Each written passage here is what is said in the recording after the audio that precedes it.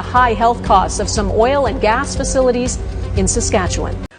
For years, people living in southeast Saskatchewan have raised concerns the oil and gas industry might be harming their health. They believe their close proximity to the wells, tanks, and flares is causing a strange cluster of symptoms, things like asthma, headaches, and nausea. Well, a Boston scientist has come up with a low-cost way of detecting whether toxic chemicals might be to blame, and the results are troubling. What if these were your readings? Lori Earhart's body has told her for quite some time something is wrong. Since I moved here, I would have asthma-like symptoms, and I would continually be diagnosed with atypical pneumonia. Now, another piece of evidence that she could be right. A tiny disc turned orange because of something in the air causing harsh corrosion mere steps outside her door. These are the results from your property. Sarah Wiley, leading teams from Harvard and Northeastern universities, has returned here. What Wiley has devised could be a game changer. An air monitoring test that costs less than $1, and a possible early warning sign that oil and gas wells and facilities may be leaking dangerous gases. So what we're developing is a red flag for, is there a high level of corrosive gas in this air, which could mean that there's a problem with hydrogen sulfide or sulfur dioxide. I can't walk this far anymore. It's just, something must be wrong. It's got to be with the toxic in the gas, because we're close, and it's got to be that. There are 17 wells on Gervais Farm, as well as a cluster of tanks with a flare burning off gases 200 meters from his house. Twice in the past 3 years, there have been H2S-related incidents here. One so bad, a worker who wasn't wearing a gas mask fell to the ground.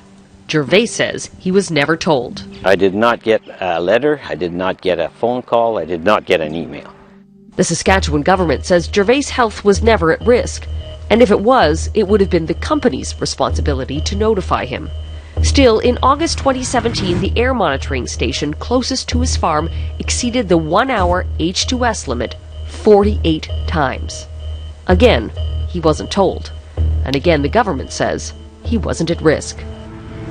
The Saskatchewan Ministry of Energy did do inspections after that and found facilities leaking gas. They were told to fix the problem, but none were fined. If corrosive gases, like hydrogen sulfide or sulfur dioxide, are present, they react with the silver in the paper, and the paper darkens. The moment of truth was shine a light on it.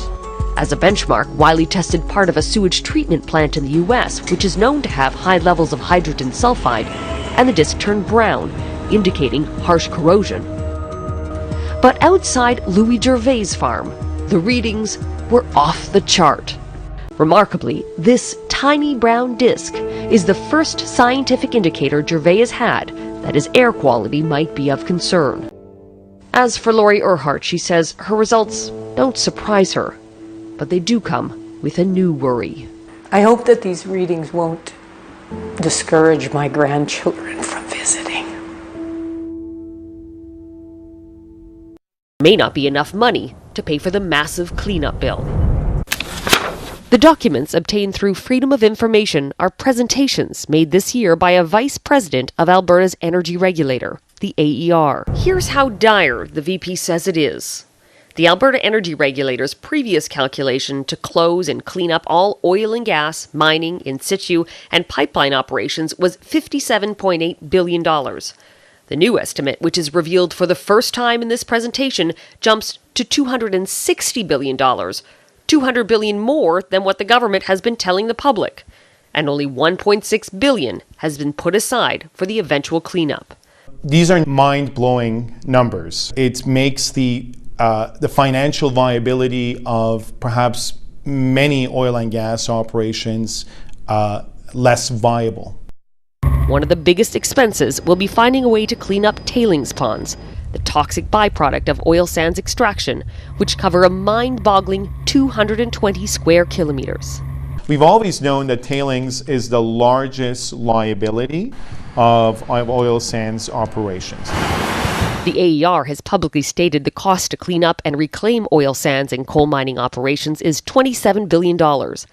But according to these internal documents, it may be $130 billion, with only $1.4 billion set aside to date.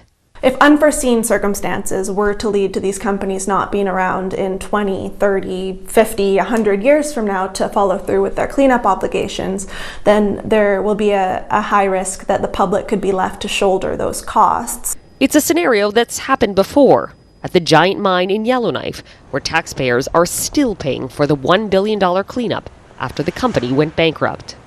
It would be important to basically secure more of this money to protect the public. Otherwise, you and I and everyone in Canada will be on the hook to pay for the cleanup costs of projects that were profitable at some point in time. The head of Alberta's energy regulator resigns. The sudden announcement after a Global News investigation. The head of Alberta's energy regulator is resigning one day after our story about the staggering estimate of what it could cost to clean up after Alberta's oil and gas industry. In a joint investigation with the National Observer and the Toronto Star, Global News got access to internal documents that warned it could cost $260 billion to clean up production sites in the province's oil patch. That is $200 billion higher than the previous calculation made public by the regulator. President and CEO Jim Ellis will step down as of January 31st, 2019. He has been at the helm of the AER since 2013.